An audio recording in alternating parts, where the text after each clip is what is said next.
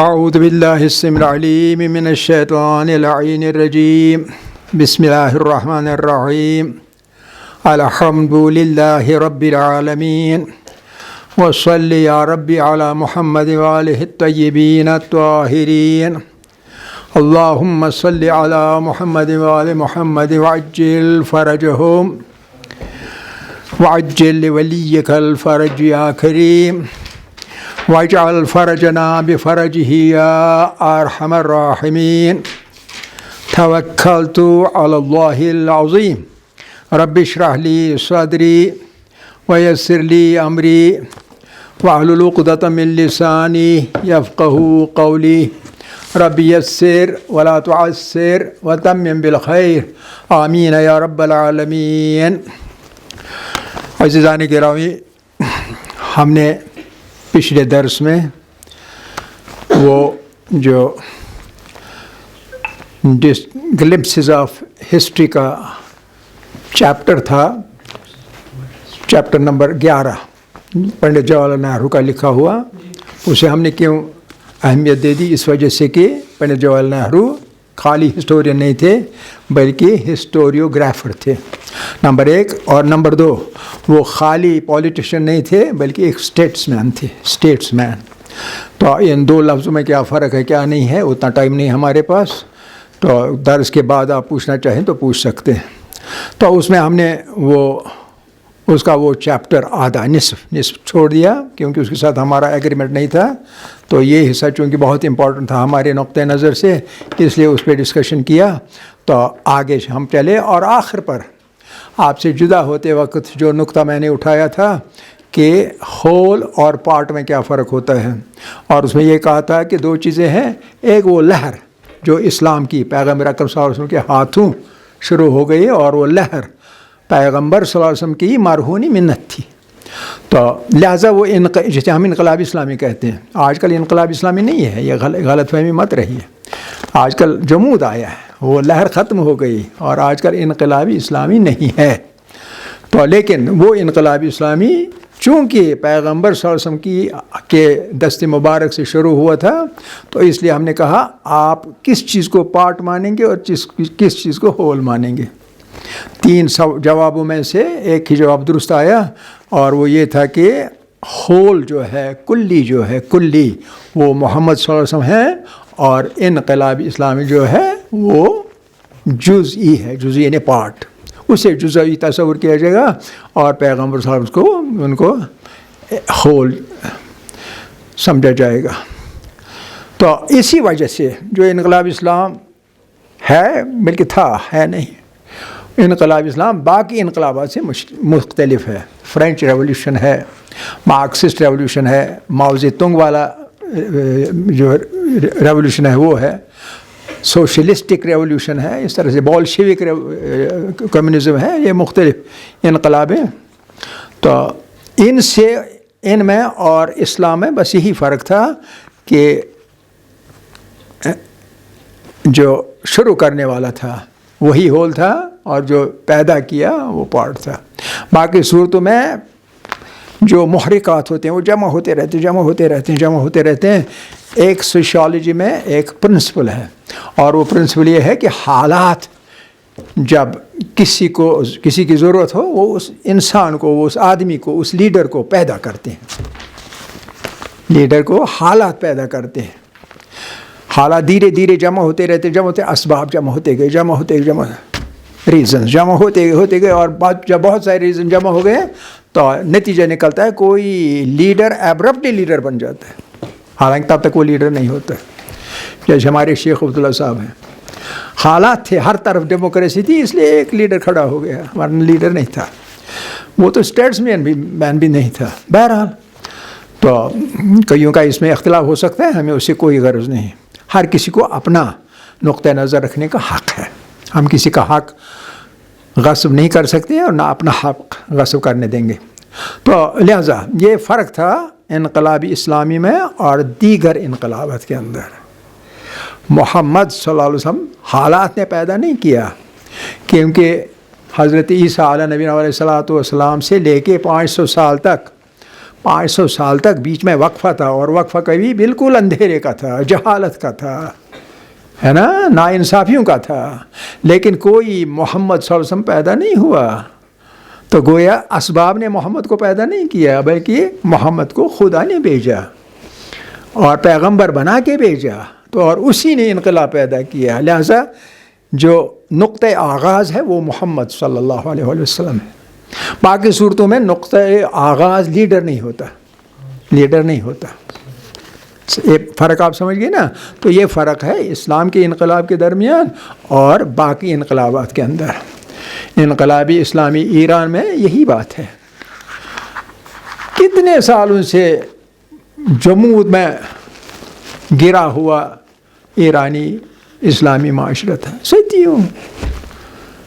صدیوں. کوئی امام خمینی پیدا نہیں ہوا. امام خمینی جب آ گیا تو اس نے حالات پیدا کیے تاکہ ایک انقلاب پیدا ہو جائے. تو لہٰذا وہ لیڈر بنا نہیں بلکہ بنایا اللہ نے بھیجا. ان کے ہاتھوں ایک حرکت آ گئی وہاں اسلام میں انقلاب کے اندر ان کی وجہ سے. لہٰذا وہ اوریجنل لیڈرز ہیں. باقی لیڈر جو ہیں وہ اوریجنل لیڈر نہیں ہیں بلکہ حالات کے پیدا کیے ہوئے. سمجھ آ گئی باقی بات؟ اچھا، یہ ایک چیز. دوسری چیز جو آپ کو دیکھنی ہے وہ یہ ہے کہ جو جزیرۃ العرب تھا وہ ہم نے پڑھ لیا صبح کے درس میں کہ وہ قبیلہ پرستی کا شکار تھا. قبیلہ پرستی، ٹھیک.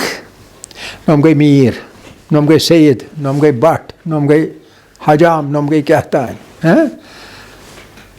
صرف بٹے ہوئے قبیلوں کے اندر. جزیرہ عرب ایسے ہی، عرب کی سوسائٹی جو تھی وہ ایسی قبیلوں میں بٹی ہوئی تھی. قبیلہ پرست تھے. قبیلہ پرست کیا مطلب؟ اپنے قبیلے کے لیے وہ جنگیں لڑتے تھے، اپنی زندگی اپنی جان خطرے میں ڈالتے تھے. اتنے قبیلہ پرست تھے، یعنی وہ پرستش کرتے تھے اپنے قبیلے کی. میرا قبیلہ، جیسے آج کل بھی مسلمانوں میں اب یہ بات آنے لگی ہے، میرا قبیلہ، میرا قبیلہ اعلیٰ درجے کا، تیرا قبیلہ پس درجے کا. اور یہ اسلامی تصور نہیں ہے. کیوں؟ کیونکہ اس وقت اسلام کی وجہ سے یہ قبیلے جو تھے، قبیلوں کا اجتماع، قبیلے کلینس، ان کا اجتماع یعنی ان کا اسٹرکچر جو ہے ٹوٹ پھوٹ کا شکار ہو گیا اسلام کی وجہ سے. کیونکہ اسلام نے اس کے برعکس آواز دے دی. ہم نے کہا نا اسلام آ گیا، دو چیزیں آ گئی، ایک اخوت آ گیا اور ایک مساوات آ گیا. اخوت آ گیا، ایک مسلمان دوسرے مسلمان کا بھائی ہے. انما المؤمنون اخوہ، مسئلہ ختم. ٹھیک ہے. اور بھائی ہونے کے لحاظ سے مواسات آ گیا. مواسات یعنی دو مسلمان مساوی ہیں، ایک جیسے. مساوات و مواخات یہ بہت ہی امپورٹنٹ کریکٹرسٹک ہے اسلام کا اور اسلامی معاشرے کا، جو ہم بھول چکے ہیں. اب وہ بھول چکے ہیں، اب نہیں ہے، وہ تھا تب. تو لہٰذا جو قبیلے ان کا اجتماع تھا، ان کا اسٹرکچر تھا، وہ ٹوٹ پھوٹ کا شکار ہو گیا، اور ہر کوئی ایک عالمی آفاقی ایک کمیونٹی یا سوسائٹی بنانے کے پیچھے پڑا ہوا تھا، اور آخر پر ایک اسلامی معاشرہ بن گیا جو کہ غرب سے لے کے شرق تک، جاوا اور سماٹرا یعنی آج کا انڈونیشیا، وہاں جو مسلمان تھا، اور مغرب کا جیسے موراکو یا اسپین کا مسلمان ایک دوسرے کو بھائی سمجھتے تھے، چاہے وہ ذات کے لحاظ سے کس بھی ذات سے. ٹھیک ہے ہی نہیں؟ تو لہٰذا ایک ہی معاشرہ تھا. اور جغرافی حدود یہ بھی بات کی پیداوار ہے. یہ ہندوستانی، یہ ایرانی، وہ عرب، ٹھیک ہے کہ نہیں، وہ شامی، یہ کوفی وغیرہ وغیرہ، یہ بات کی پیداوار ہے. یعنی اسلامی نیشن سٹیٹس نہیں ہے. نیشن سٹیٹ شروع ہو گئی ہے کب سے؟ تب سے جب کہ جو سلطنت عثمانی تھی، عثمانیہ حکومت ترکی کے اندر، اسے توڑنے کے لیے انگریزوں نے ایک چال چلی اور نیشن سٹیٹ بنانے کی ایک شروعات کی. نیشن سٹیٹ ترک، مسلمان نہیں، وہ چھوڑو ادھر، ترک. ہندوستانی مسلمان نہیں، ہندوستانی، عرب، مسلمان نہیں، عرب کہیے، عرب، ایرانی مسلمان نہیں، ایرانی مسلمان اور سعودی عرب کا مسلمان آپس میں کچھ نہیں لگتے، کوئی رشتہ نہیں. یہ ایک چال تھی، ایک سازش تھی مسلمانوں کو بانٹنے کی، متفرق کرنے کی، پارا پارا کرنے کی. اسلامی معاشرے کو پارا پارا کیا. جو تسبیح تھی، تسبیح کس چیز کی؟ مسلمان معاشرے کی، اس کا دھاگا توڑ دیا، اور جو تسبیح کے دانے تھے وہ بکھر کے ادھر ادھر ہوئے. تسبیح نہیں رہی اب دانے ہیں بکھرے ہوئے. آپ سمجھ گئے؟ اور یہی حال آج کے مسلمانوں کا ہے. یہ مسلم سوسائٹی نہیں ہے. ہر جگہ ہر کوئی اپنی قومیت پہ زیادہ توجہ دیتا ہے مسلمان ہونے کے برعکس. یہ ایک ہی جگہ نہیں، ہر جگہ. ایرانی اپنے آپ کو برتر سمجھتے ہیں، عرب ان سے بھی اپنے آپ کو برتر سمجھتے ہیں. سمجھ رہے کہ نہیں؟ اسی طرح سے ہر کوئی ایک قومیت کا دوسری قومیت پہ اپنے آپ کو برتر سمجھتا ہے. اور جو قبیلے ہیں، قبیلے کے لحاظ سے بھی ایک سید غیر سید پہ اپنے آپ کو برتر سمجھتا ہے. اور یہ غیر اسلامی تصور ہے، اسلامی تصور نہیں ہے. اسلامی تصور ہے ان اکرمکم عند اللہ اتقاکم. یہ ہم کسی درس میں پیچھے پڑ چکے ہیں. کلیئر؟ کوئی مشکل تو نہیں؟ تو یہ دوسرا نقطہ. اور تیسرا نقطہ یہ کہ اسی کے نتیجے، مواخات و مواسات کے نتیجے میں تمام دنیا میں جہاں جہاں مسلمان گئے ایک دوسرے کے بھائی سمجھا، ایک ہی قوم بن گئی اور ایک ہی ملت بن گئی. اور نتیجہ نکلا کہ نصف عالم پر اس وقت کے نصف عالم پر مسلمان چھا گئے اور اپنے قبضے میں لے لیے نصف عالم، اسپین سے لے کے انڈونیشیا تک. ٹھیک؟ اور وہ ہمارا پاس تھا، ہمارا پریزنٹ وہ نہیں ہے. اگلا پوائنٹ، آپ مان لیجیے یا نہ مان لیجیے، آپ کا مطلب نہیں، آپ کا مطلب سننے والا کوئی اور، کہ پیغمبر صلی اللہ علیہ وسلم ایک ایسی شخصیت جو کہ بظاہر امی تھی، بظاہر ناخواندہ تھی، کسی سے پڑھا نہیں تھا، کسی سے لکھا نہیں تھا، کچھ نہیں سیکھا تھا. نمبر ایک، نہ آپ کے پاس کوئی مادی قوتیں تھیں. مادی قوتیں جیسے کسی کے ملک میں اس وقت آج نفت ہے، تیل ہے، پیٹرول ہے، تب تو کچھ نہیں تھا، تب صرف ریت ہی ریت تھی ہر طرف. مادی قوتیں. اور نہ امکانات تھے، کس طرح کے امکانات بھی نہیں تھے. نہ آپ نے علمی یا فنی تحصیلات حاصل کی تھی. علمی یا فنی کوئی ڈگری وغیرہ ہو نہیں. فن میں بھی، فن آرٹ میں بھی کچھ حاصل نہیں کیا تھا. آموزش سیکھنا، کسی سکول میں جا کے پڑھنا، اس سے بھی بہرہ برداری نہیں تھی. اور کبھی کبھی آپ ایسا کرتے ہیں دوسرے کے چشمے معرفت سے، دوسرے کے چشمے علم سے کچھ قطرات حاصل کرتے ہیں. کہ کوئی استاد ہوتا ہے، کوئی پڑھانے والا ہوتا ہے، آپ جو وہاں جاتے ہیں اس کے پاس اور اس سے علم کے قطرے حاصل کرتے ہیں، معرفت کے قطرے حاصل کرتے ہیں، اور آپ نے وہ بھی نہیں کیا تھا. لیکن پھر بھی تاریخ بشر ہیومن ہسٹری، تاریخ بشر میں آپ نے کیا کیا؟ آپ نے ایسا حیرت انگیز انقلاب لایا جو کہ صرف یہ نہیں کہ امری عادی اور فطری نہیں، فطری نیچرل بات ہوتی نہیں، بلکہ یقیناً ایک سپر نیچرل، ما فوق الفطرت. آپ کے ما فوق الفطرت، آپ حضور صلی اللہ علیہ وسلم کے ما فوق الفطرت، کامن مین نہیں بلکہ ما فوق الفطرت، سپر نیچرل ایک لحاظ سے آپ کی طاقت پر یہ چیزیں شاہد ہیں. These are witnesses to this thing that he was a superhuman, supernatural personality ہمارا پروفیسر، اور اس کا کوئی دوسرا ثانی اور نظیر نہیں، بے نظیر ہے.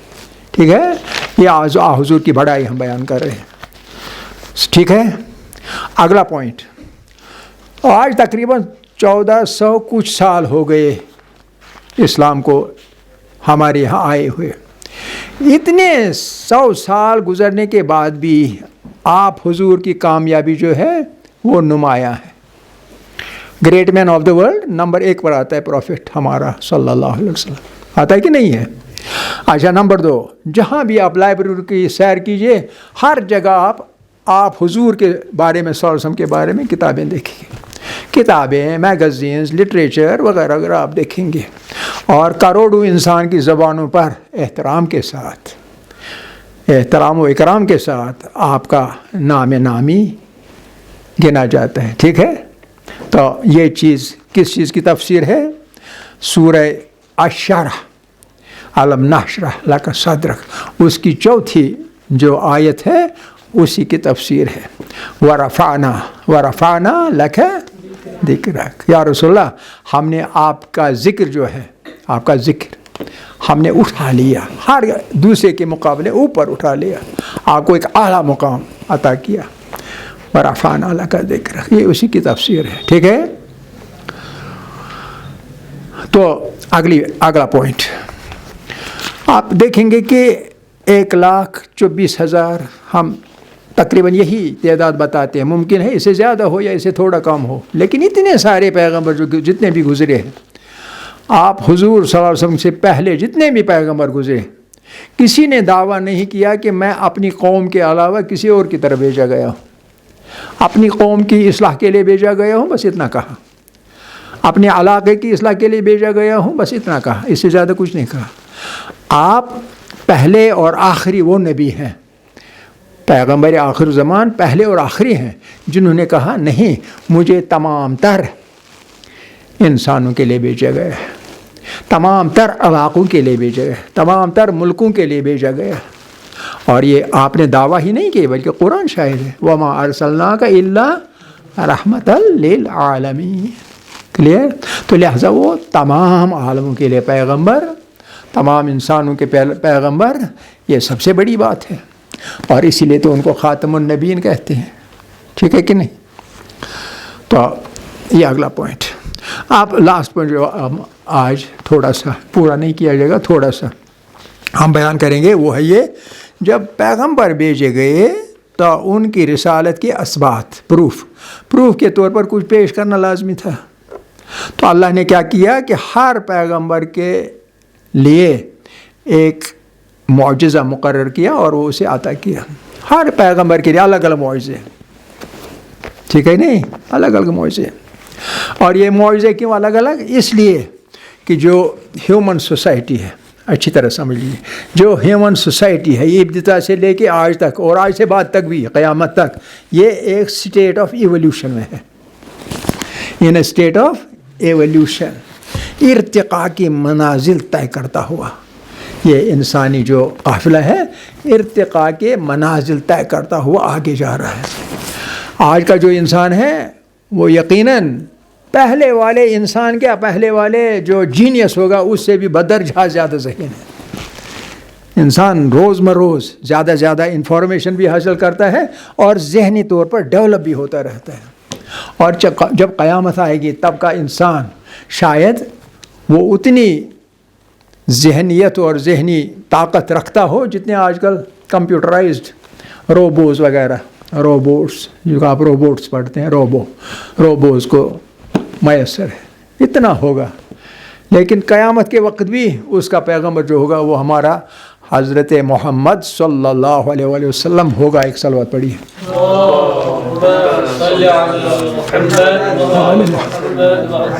اس وقت بھی حضور صلی اللہ علیہ وسلم اس کے لیے رحمت ہوں گے، اس کے لیڈ کرنے والے ہوں گے، اس کو راہ دکھانے والے ہوں گے.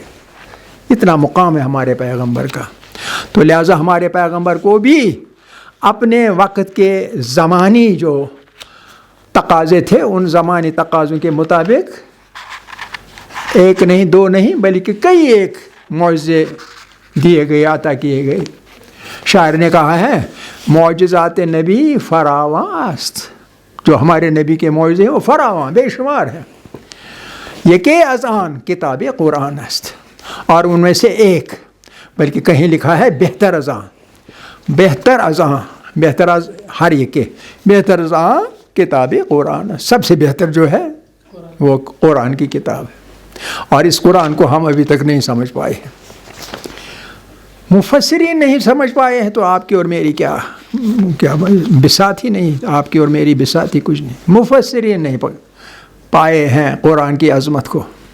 اور اسی وجہ سے جو ابتدا کے مفسرین تھے، قرون اولیٰ کے مسلمانوں میں سے ابتدا کے جو مفسرین تھے، ان کے تفاسیر آج کے تفاسیر سے مختلف ہیں. جتنا انہوں نے تفسیر کیا اس سے تفسیر نکلتے رہتے اور قیامت تک بھی قرآن کی تفسیر مکمل نہیں ہوگی. یہ ایسی زبان میں اللہ نے نازل کیا ہوا ہے، ایک ایک لفظ کے سینکڑوں معنی ہیں اور نئے نئے معنی نکل رہے ہیں. یہ قرآن کی عظمت ہے. صحیح. تو لہٰذا قرآن ہی پیغمبر اکرم کا سب سے بڑا معجزہ ہے اور اسی کو ہمیں زیادہ توجہ کے ساتھ اس طرف دینا ہوگا. اس معجزے کو ہمیں اچھی طرح سے پڑھنا ہوگا، جتنے بھی درس اس پہ لگیں تو لگیں. تو اس سلسلے میں ابتدا سے ہی دیکھیے حضور اکرم صلی اللہ علیہ وسلم کا زمانہ جو تھا، جو وہ ادب یعنی لٹریچر کا زمانہ تھا.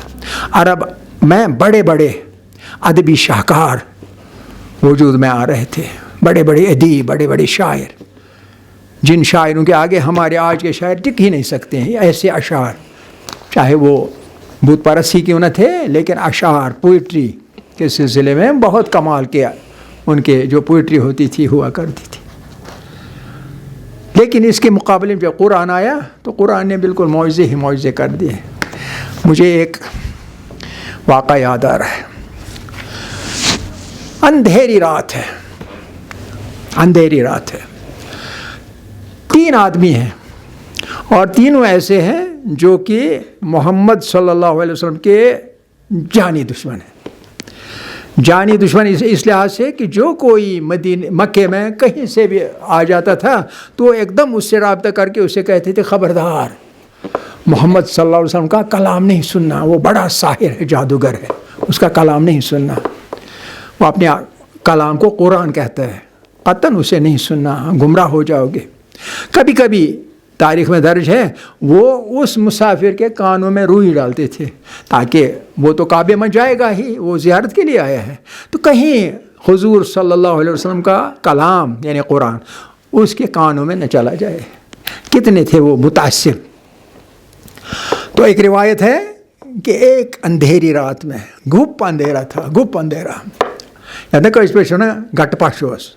تو اسی پندرواڑا جو اندھیرے کا پندرواڑا تھا، اسی پندرواڑے کے ایک رات میں یہ تینوں لوگ اپنے گھروں سے نکل کے نصف رات کے وقت چلے گئے. اور کہاں چلے گئے؟ پیغمبر اکرم صلی اللہ علیہ وسلم کے گھر کے پاس، اس گلی کے پاس. کس لیے؟ کان دھرنے کے لیے. جو کچھ پیغمبر آج بولے گا وہ ہم سنیں گے. آج بولے گا مطلب آج جو پڑھے گا قرآن. تو انتظار کرتے رہے کیونکہ کبھی سنا تھا اور اس نے اپنا اثر کیا تھا. جیسے زہر کوئی کھائے گا اثر اپنا دکھاتا ہے، اس طرح قرآن نے اپنا اثر، جاویدانہ اثر اپنا دکھایا تھا. تو اس لیے وہ سننے چلے گئے. تو اب بیٹھے ہیں، ایک کو دوسرے کی خبر نہیں ہے. اندھیرا تھا نا، پہلا دوسرے کو نہیں دیکھ رہا ہے، دوسرا تیسرے کو نہیں دیکھ رہا ہے، ایک دوسرے سے بے خبر، صرف کان لگائے پیغمبر کے حجرے کے پاس کان لگائے بیٹھے ہیں. حضور صلی اللہ علیہ وسلم نے نماز پڑھی. نماز ختم کر کے، شاید نماز شب تھا، نماز ختم کرنے کے بعد قرآن کی تلاوت شروع کی. جو ہی تلاوت شروع کی تو ان کے وجود کے اندر ایک جو ہے وہ لہریں مارتا ہوا جو ہے وہ گلوریفائنگ ایک ایموشن وہ ابھرتا رہا اور وہ ان کا جو انہماک ہے، منہمک تھے، انہماک ان کا تھا، وہ بڑھتا جا رہا تھا اور ان کو پتہ بھی نہیں چلی جب تک صبح کا تارا نمودار ہوا. تو اب ان کو ایک دم سے فکر لگ گئی کہ صبح کے روشنی کے اندر ہم دیکھے جائیں گے، اس لیے ہم جلدی بھاگیں گے. تو تینوں بھاگ گئے. لیکن بھاگ کیسے گئے؟ ایک ہی راستے پہ بھاگ گئے. جب ایک ہی راستے پہ بھاگے، ایک نکڑ سے دوسرے سے تیسرا نکڑ بھاگتے گئے اور ایک جگہ پہنچ کے صبح بالکل کلیئر ہو گیا اور انہیں ایک دوسرے کے دیکھا اور ایک دوسرے کو پکڑ کے لعنت ملامت کرنے لگے. کیونکہ تینوں ایک ہی تھیلی کے وہ چٹے بٹے تھے، تینوں دشمن محمد صلی اللہ علیہ وسلم تھے. تو اس لیے ایک دوسرے کو لعنت ملامت کرنے لگے. تم کہاں گئے تھے؟ وہ کہا تم کہاں گئے تھے؟ تو لعنت ملامت، چل لعنت ملامت ختم ہو گئی. تو اب وعدہ کر لیا دوبارہ نہیں آئیں گے، کیونکہ شرمندگی ہو جاتی ہے، نہیں آئیں گے. دوسری رات جو ہی آ گئی تو وہ بستر میں گھس گئے. جب بستر میں گھسے تینوں، جب انہوں نے ایک دوسرے کو پہچان لیا، وہ کون تھا؟ نمبر 1 تھا ابو سفیان، نمبر 1 ابو سفیان، اور نمبر 2 جو تھا وہ تھا ابو جہل، اور نمبر 3 جو تھا وہ تھا نمبر 3 وہ تھا اخنس. اس کا نام تھا اخنس، الف خا نون سین، اخنس ابن شرائق. یہ شرائق عجیب سا نام ہے، آپ کو یاد رہے یا نہ رہے. تو یہ تھا اخنس بن یا ابن شرائق، شین پہ زبر پیش اور را پہ زبر. اخنس ابن شرائق. عربی میں بہت سارے لفظ ایسے ہیں اس وزن پر، جیسے حمید ہے وہ لکھنے والا جو ہے، عام طور پر ہم لوگ اسے حمید پڑھتے ہیں، حالانکہ وہ حمید ہے. جیسے زہیر ہے، زہیر ابن قین، اسی طرح شرائق. تو یہ 3 تھے. اب بستر میں چلے گئے تو سویرے ہی چلے گئے، اس لیے کہ جلدی نیند آ جائے اور ہمیں پتہ نہ چلے. تو جب ہی چلے تو دیکھنے والا اندازہ کر رہا ہے کہ یہ بستر میں چلے گئے، لیکن کروٹیں بدل رہے، کبھی دائیں پہلو، کبھی بائیں پہلو، کبھی اوندے منہ، کبھی کچھ، قرار کہیں نہیں. جب تک کہ نصف رات ہونے لگی، ان کو نیند نہیں آ رہی. اس نے کہا مارو گولی، آپ جانا ہی پڑے گا، کیونکہ دل تڑپ رہا ہے وہ سننے کے لیے، وہ آواز، وہ شیرین آواز اور قرآن کی مٹھاس، وہ تڑپ رہا ہے دل سننے کے لیے. تو چلے گئے آگے، پھر اسی طرح اندھیرے میں. تو صبح اس وقت وہاں سے نکل گئے جب صبح کا تارا پھر نمودار ہو گیا تھا. تو کہیں جا کے پھر ایک دوسرے کو دیکھا تو اب دینگا مشتی پہ بات آ گئی. پہلے خالی لعنت ملامت، اب دینگا مشتی بھی.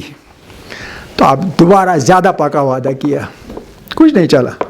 اب تیسری رات دوبارہ نہیں جائیں گے. تیسری رات بھی یہی ہوا، وہ ہوا کہ ضائع نہیں کرنا ہے، وہ یہی ہوا. تو تیسری رات کے اختتام پر اب پکا وعدہ، کعبے کی قسم، دوبارہ نہیں جائیں گے. لیکن اس دن میں یہ جو اخنس بن شرائق تھا یہ والا، اس نے اپنا عصا اٹھا لیا اور اپنا اس عصا اٹھا کے ابو جہل کے گھر پہنچا. جب گھر پہنچا کہا اے ابو جہل مجھے ایک بات بتاؤ، جو ہم یہ قرآن سن رہے پیغمبر صلی اللہ علیہ وسلم کا، اس کے بارے میں تمہاری کیا رائے ہے؟ اس نے کہا سنو میرے یار، حق بات یہ ہے کہ محمد صلی اللہ علیہ وسلم نے کبھی جھوٹ نہیں بولا ہے، نمبر 1. نمبر 2، اس کی باتیں ایسی ہیں کہ یہ سچ کے سوا کچھ نہیں ہو سکتی، یہ بالکل سچ ہے اور جھوٹ کا اس میں شائبہ بھی نہیں ہے. کہا پھر تم کیوں نہیں ایمان لاتے ہو؟ ارے بابا کیا کرتے ہو، میں ایمان لاؤں قبول کر لوں تو ہمارے کعبے کی حاجیوں کی سقائی، کعبے کی تولیت، آپ سمجھ رہے ہیں، یہ سب چیزیں ہمارے ہاتھ سے چلی جائیں گی. اور جو یہ عبد مناف کا قبیلہ یعنی بنو ہاشم، ان کے قبیلے میں جائے گا تو ہمارے لیے کیا رہ جائے گا، اس لیے مجھے قبول نہیں کرنا ہے. ٹھیک ہے کہ نہیں؟ تو یہ ہوتی ہے ایسے لوگوں کی طینت جنہیں ایمان نہیں لانا ہے. انشاءاللہ اگلے درس میں آپ کو اس کے مقابل میں ایک ڈاکو کا قصہ سناؤں گا، جس نے ایک ڈاکہ ڈالتے ہی وقت قرآن سنا اور اسی سے اس کی پوری زندگی بدل گئی. تب تک ڈاکو تھا اور اب زبردست متقی شخص بن گیا. والحمدللہ اولا و آخرا و ظاہرا و باطنا.